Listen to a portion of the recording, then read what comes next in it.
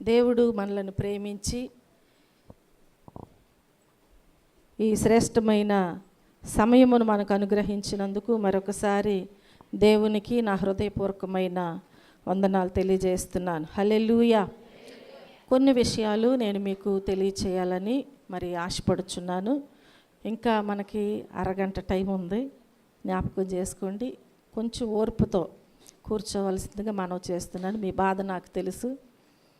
కూర్చొని కాళ్ళు నొప్పులు, గాలి సరిగ్గా లేని విషయం, ఎండ భయంకరంగా ఉంది, మీ బాధ అంతా నాకు తెలుసు. కానీ దేవుడు మనకి ఈ సమయాన్ని ఇచ్చారు కాబట్టి ఈ సమయంలో ఈ చిన్న శ్రమ మనము అనుభవించాలి. అది ఎవరి కోసం అంటే మన కోసమే కదా, మన కోసమే. హల్లెలూయా.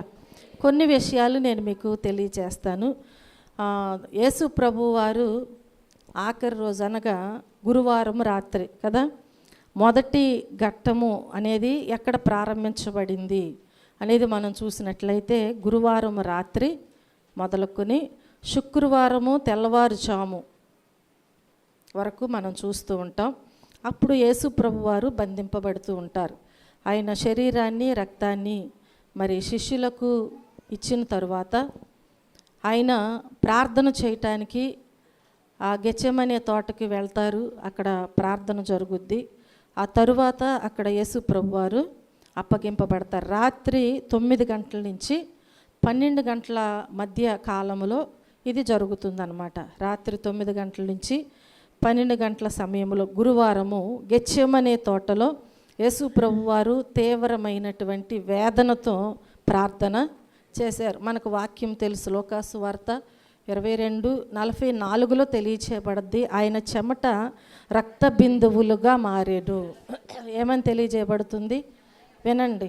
ఆయన చెమట రక్త బిందువులుగా మారినంతగా ఆయన అక్కడ వేదనతో ప్రార్థన చేసి ఉన్నారు. ఇది ఎప్పటి వరకు అని మనం జ్ఞాపకం చేసుకున్నట్లయితే 9 గంటల నుంచి, గురువారము రాత్రి 9 నుంచి 12 గంటల సమయం వరకు ఇది జరుగుతూ ఉంటుంది. అలాగే ఆ తరువాత ఆ 12 గంటల సమయంలో ఆయనను బంధిస్తారు, తీసుకుని వెళ్తారు. తెల్లవారుజాము అనగా 12 గంటల సమయము, తెల్లవారుజాము అనగా 12 గంటల సమయము నుంచి 3 గంటల వరకు, తెల్లవారుజాము 3 గంటల వరకు అనగా శుక్రవారము యోధా ఇస్కరియోతు ఎలా అప్పగిస్తాడు అంటే 12 గంటల నుంచి 3 గంటల ఆ కాలములో, ఆ సమయంలో ఇస్కరియోతు యోధా, యేసు ప్రభు వారి యొక్క శిష్యుడైన ఇస్కరియోతు యోధా ఎలాగూ యేసు ప్రభు వారిని అప్పగిస్తారు అంటే ఆ ముద్దుతో ప్రభువుని అప్పగిస్తాడు కదా. అప్పుడు ప్రభువు కూడా అంటారు, చెలికాడ నీ పని కానిమ్ము అని. చూడండి, యోధాని చేర్చుకునేటప్పుడు యేసు ప్రభు వారు ప్రేమతో కౌగిలించుకుని ముద్దు పెట్టుకుని చేర్చుకున్నారు. అలాగే ఇస్కరియోతు యోధా మాత్రము ప్రభువుని కపటమైనటువంటి ముద్దు పెట్టి అప్పగించి ఉన్నారు. అంటే ఎందుకు అసలు ఈ ముద్దు పెట్టవలసి వచ్చింది అనేది మనం చూస్తే అక్కడ అందరూ కూడా ఒకేలాంటి డ్రెస్ కోడ్ అనమాట. అందుకని వారు అడుగుతారు, యోధాని అడుగుతారు, వాళ్ళందరిలో ఎవరు అసలు మీ బోధకుడు, మేము ఎలా గుర్తుపట్టాలి అన్నప్పుడు నేను ఎవరినైతే ముద్దు పెట్టుకుంటానో ఆయనే యేసు, మీరు ఆయనను పట్టుకుని బంధించుకోండి అని చెప్తాడు. కాబట్టి ఆ మాట ప్రకారముగా ఆ ఇస్కరియోతు యోధా ముద్దుతో ప్రభువుని అప్పగించాడు. ఈ రోమా సైనికులు యోధా బంట్రౌతులు, రోమా సైనికులు యోధా బంట్రౌతులు యేసు ప్రభు వారిని ఆ సమయంలో బంధిస్తారు. మత్తయి సువార్తలో 26వ అధ్యాయంలో 47 నుంచి 50 వరకు మనకు కనిపిస్తూ ఉంటుంది. ప్రియమైన దేవుని బిడ్డలారా, ఈ 12 గంటల నుంచి 3 గంటల వ్యవధిలో ఇదంతా జరిగింది. ఆ తరువాత మరలా మనం జ్ఞాపకం చేసుకుంటే వినండి శ్రద్ధగా. మరలా మనం చూసినట్లయితే తెల్లవారుజాము 3 గంటల నుంచి ఉదయము 6 గంటల వరకు మరికొంత జరుగుతూ ఉంటుంది అన్నమాట. 12 గంటల నుంచి 3 గంటల వరకు ఒక కార్యక్రమం జరిగింది. అలాగే 3 గంటల నుంచి ఉదయం 6 గంటల వరకు ఒక కార్యక్రమం. చూడండి, మొదట ప్రధాన యాజకుడైన అన్నా యొద్దకు తీసుకుని వెళ్తారు. మనం ఒక్క విషయం గమనించినట్లయితే మనకు కోర్టులు ఉన్నాయి కదా. ఒక నిందితుడిని లేదంటే ఒక దొంగని ఎవరినైనా తీసుకుని కోర్టుకు అప్పగించాలంటే దానికి ఒక సమయం అనేది ఉంటుంది. కోర్టుకి ఎన్నింటికి వెళ్ళాలి కదా, ఎప్పుడు పడితే అప్పుడు వెళ్ళటానికి కుదరదు. కానీ యేసుప్రభు వారిని ఎప్పుడు తీసుకెళ్ళారంటే 6 గంటల సమయంలో, 3 గంటల దగ్గర నుంచి 6 గంటల వరకు ఆయనను తిప్పుతున్నారు. ఇదంతా ఎలాగూ చేస్తున్నారు అంటే ఒక ప్రణాళికతో ఆయనని ఏ విధముగానైనా బంధించి అప్పగించి సిలువకు వెయ్యాలి అని చెప్పి వారి ఆలోచన. కాబట్టి ఆ సమయంలో మొదట ఎక్కడికి తీసుకెళ్లారంటే ప్రధాన యాజకుడైన అన్నా యొద్దకు తీసుకువెళ్ళారు. ఆ తరువాత కైపా యొద్దకు తీసుకువెళ్ళారు. దేనికి అంటే విచారణ కోసము అక్కడ తీసుకువెళ్ళి మాట్లాడుచూ ఉంటున్నారు. ఇది మనకు యోహాను సువార్త 18వ అధ్యాయములో 13 నుంచి 24 వరకు మనకి కనిపిస్తూ ఉంటుంది. ఇదే సమయంలో మనం ఒక విషయాన్ని చూస్తూ ఉంటాం. ఆ సమయంలోనే ఎందుకు అంటే శిష్యులు ఉన్నారు కదా, వారిలో పేతురు ఉన్నాడు. ఈ పేతురు యేసుప్రభు వారు మనిషి కుమారుడు అప్పగించబడబోచున్నాడు, మీలోనే ఒకరు నన్ను ఇలాగ అప్పగిస్తారు అని ఇవన్నీ చెప్తూ ఉంటే అప్పుడు ఏం చేస్తాడు అంటే పేతురు, అసలు నేనైతే నిన్ను విడిచిపెట్టను ప్రభువా అని చెప్పి అక్కడ మాట్లాడుతూ ఉంటాడు. మాట్లాడుతూ ఉన్నప్పుడు అప్పుడు ప్రభు అంటారు, నీవు ఇదంతా ఒట్టి మాటలేనయ్యా, కోడి కుయ్యకు మునిపే నీవు నన్ను ఎరుగునని మారు నీవు బొంకుతావు అని చెప్పి ప్రభు మాట్లాడతారు. అయ్యా నేను అలాగ అసలు చేయదు, నేను అలాంటి వాడను కాదు అంటాడు. కానీ యేసుప్రభు వారిని 3 గంటల నుంచి 6 గంటల వ్యవధిలో వారి యొద్దకు యాజకుడైనటువంటి ప్రధాన యాజకుడైన అన్నా యొద్దకు, అలాగే ఆ కైపా యొద్దకు ఆ విచారణ కోసం తీసుకువెళ్ళి విచారిస్తున్నటువంటి ఆ సమయంలోనే కోడి కూయకు ముందే ఇప్పుడు ఈయనేం చేశాడంట, ముమ్మారు బొంకేశాడంట. అంటే అబద్ధం ఆడాడు. యేసుప్రభు వారిని లోపలేమో విచారణ కోసం తీసుకెళ్ళి తిప్పుతున్నారు. ఈయనేం చేస్తున్నాడంటే ఈ శిష్యులు భయంతో వెలుపల ఉండి వెంబడిస్తూ ఉన్నారు. ఈ వెంబడించుచున్న సమయంలో ఎవరైనా గుర్తుపట్టి నీవు వారిలో ఒకరివి కదా, ఆ శిష్యులలో నీవు ఒక్కడవే కదా అని అడిగినప్పుడు నేను కాను అని చెప్పి ఆయన ఏం చేస్తున్నాడు, ఒక చిన్న పిల్ల దగ్గర కూడా అబద్ధమాడి 3 సార్లు బొంకినట్లుగా మనం చూస్తున్నాం. ఆ తరువాత కోడి కూసినట్లుగా అదే సమయంలో ఆయన ఏం చేశాడనమాట, బొంకి ఉన్నాడు. అది మనకు లూకాసు వార్తలో 22వ అధ్యాయము 66 నుంచి 71 వరకు మనకి ఈ విషయాలన్నీ తెలియజేయబడుచు ఉంటాయి. అలాగే మనం జ్ఞాపకం చేసుకుంటే మొదటి ఘట్టంలో ఇదంతా జరిగిందనమాట. ఎప్పటి వరకు అది 6 గంటల వరకు, శుక్రవారము 6 గంటల వరకు ఈ కార్యక్రమం అంతా కూడా జరిగింది. ఈ 2వ ఘట్టంలో మనం చూస్తే శుక్రవారము ఉదయము తీర్పు అలాగే శిక్ష అన్నమాట.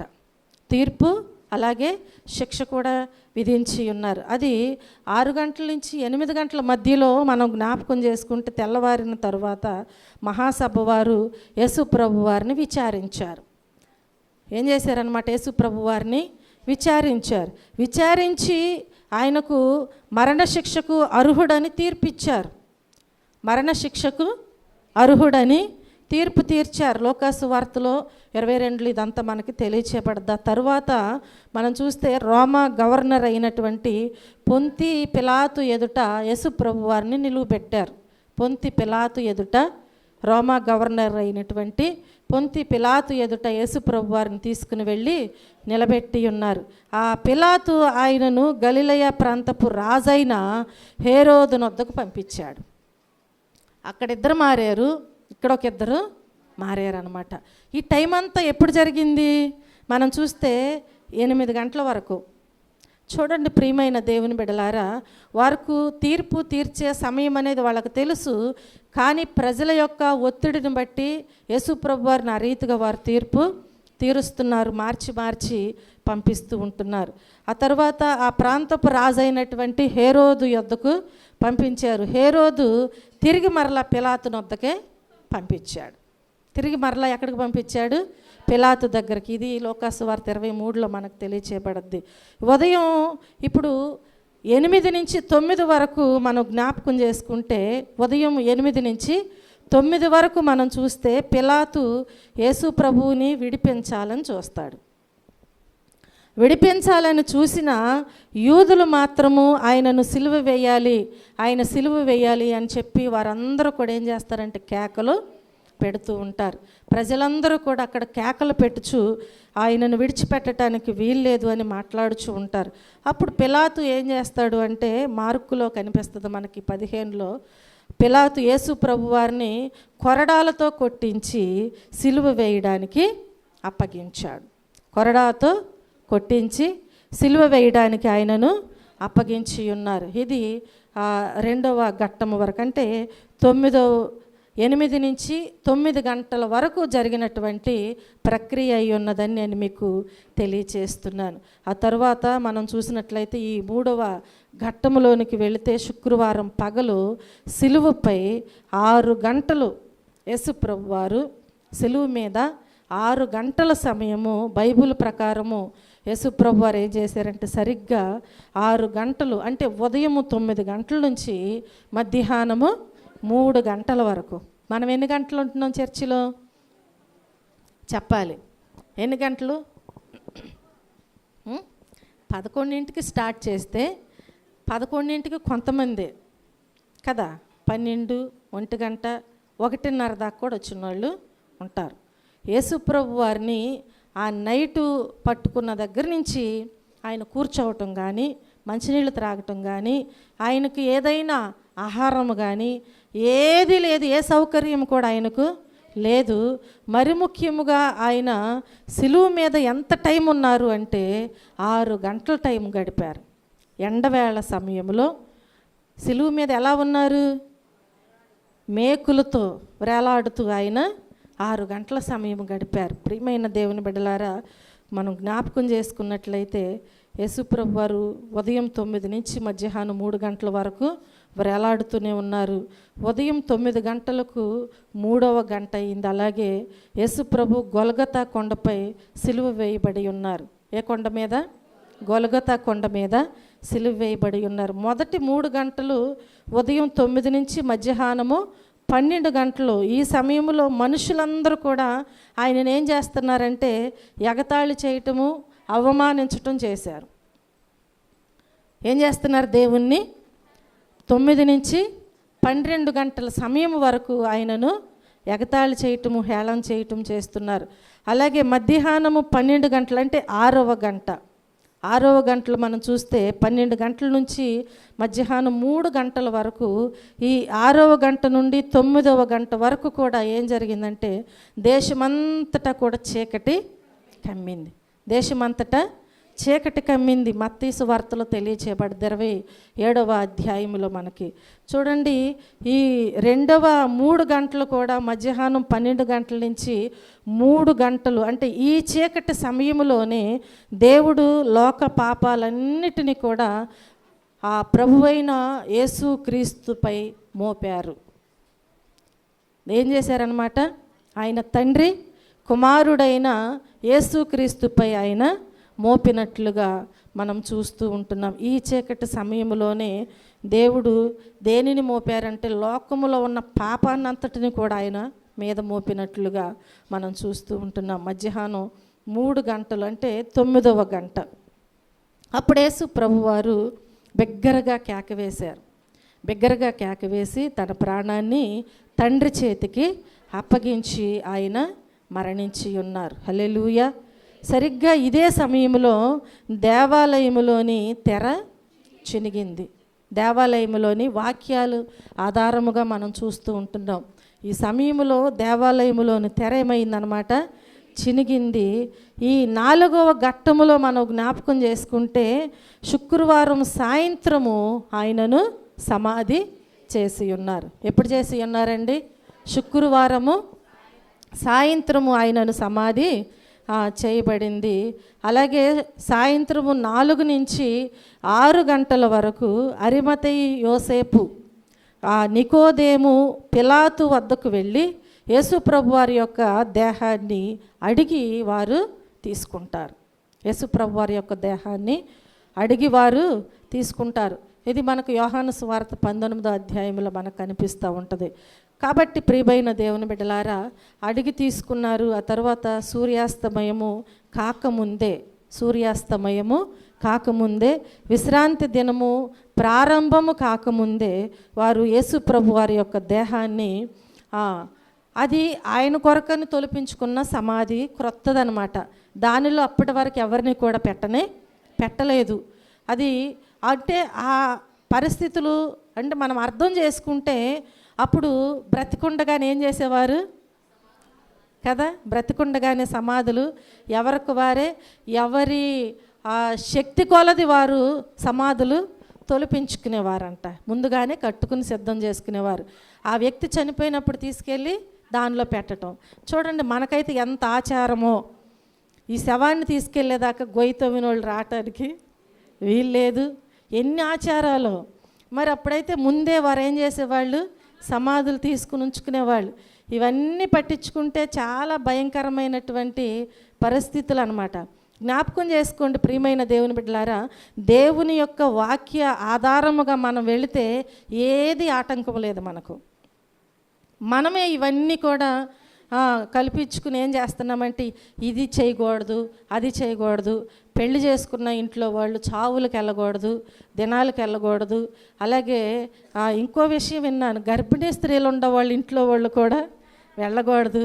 చావు దేవుడే ఇచ్చాడు, గర్భఫలము దేవుడే ఇచ్చాడు కదా. ఎవరిచ్చారండి? ఈ రెండు దేవుడిచ్చినాయే కదా. ఒకరు పుట్టటము ఆయన వశములోనే, ఒకరు చనిపోవటం కూడా ఆయన వశంలోనే ఉంది. కానీ మనుషులుగా మనం ఎన్నెన్నో కొన్ని ఏం చేస్తున్నామంటే మనంతటికి మనమే కల్పించుకుని వాటిని ఆధారం చేసుకుని బ్రతుకుతూ ఉంటున్నాం. ఆ భ్రమలోనే మనం సాగిపోతున్నాం. ఇది కరెక్ట్ కాదు. బైబిల్ ప్రకారంగా మనం చూస్తే యేసుప్రభు వారికి అరిమతయి యోసేపు తొలిపించుకున్నటువంటి ఆ సమాధిని, అంటే యేసుప్రభు వారికి మనుష్య కుమారుడు తలవాల్చుకొనుటకు ఈ లోకములో స్థలము కూడా లేదు. ఎవరికున్నాయంట? నక్కలకు బొరియలున్నవి, ఆకాశ పక్షులకు గూళ్ళున్నవి, కానీ ఆ మనుష్య కుమారుడికి మాత్రం, అంటే దేవునికి మాత్రము తలవాల్చుకోవటానికి కూడా ఎక్కడ స్థలం లేదు. పగలంతా పరిచర్య, రాత్రి అయితే ప్రార్థన. హల్లెలూయా. అంతగా శ్రమపడినటువంటి దేవుడు ఇప్పుడు ఆయన చనిపోగానే ఆయన దేహాన్ని వెళ్ళి ధైర్యంగా అడిగి తీసుకుని, శిష్యులు ఎవరు లేకపోయినా వీళ్ళు మాత్రం తీసుకుని వెళ్ళి ఏం చేశారనమాట, చక్కగా క్రొత్త దానిలో ఆ యేసు ప్రభు వారి యొక్క దేహాన్ని సమాధిలో ఉంచినట్లుగా మనం చూస్తున్నాం. ఇది జరిగినటువంటి ప్రక్రియ అయి ఉన్నది. హల్లెలూయా, హల్లెలూయా. కనుక ప్రియమైన దేవుని బిడ్డలారా, ఈ విషయంలో మనం ఎప్పుడు కూడా నిర్లక్ష్యముగా ఉండకుండా, యేసు ప్రభు వారి ఈ లోకానికి రావటానికి కారణం ఏంటి, వచ్చిన తర్వాత ఆయన చనిపోవటానికి కారణం ఏంటి, ఇది మనం తెలుసుకుంటున్నాం. తెలుసుకున్నటువంటి మనము అజ్ఞానుల వలె ఉండకుండా ఈ లోకములో భయంకరమైన పరిస్థితులు చూస్తున్నాం. యేసుప్రభు వారు బ్రతికున్నప్పుడు రాకడకు ముందు జరిగే సూచనలు చెప్పారు. అవన్నీ జరుగుతున్నాయి కాబట్టి ఇంకా సమయం ఉంది అని అనుకోకుండా, నిర్లక్ష్యముగా ఉండకుండా ప్రతి ఒక్కరూ సమయమును సద్వినియోగం చేసుకోండి. దేవుణ్ణి ఆరాధించండి, ఆయనను నమ్మండి, ప్రభువిచ్చే ఉచితమైన రక్షణ పొందుకోండి. దేవుడి చిన్న మాటలు దీవించి ఆశీర్వదించునుగాక. ఆమేన్.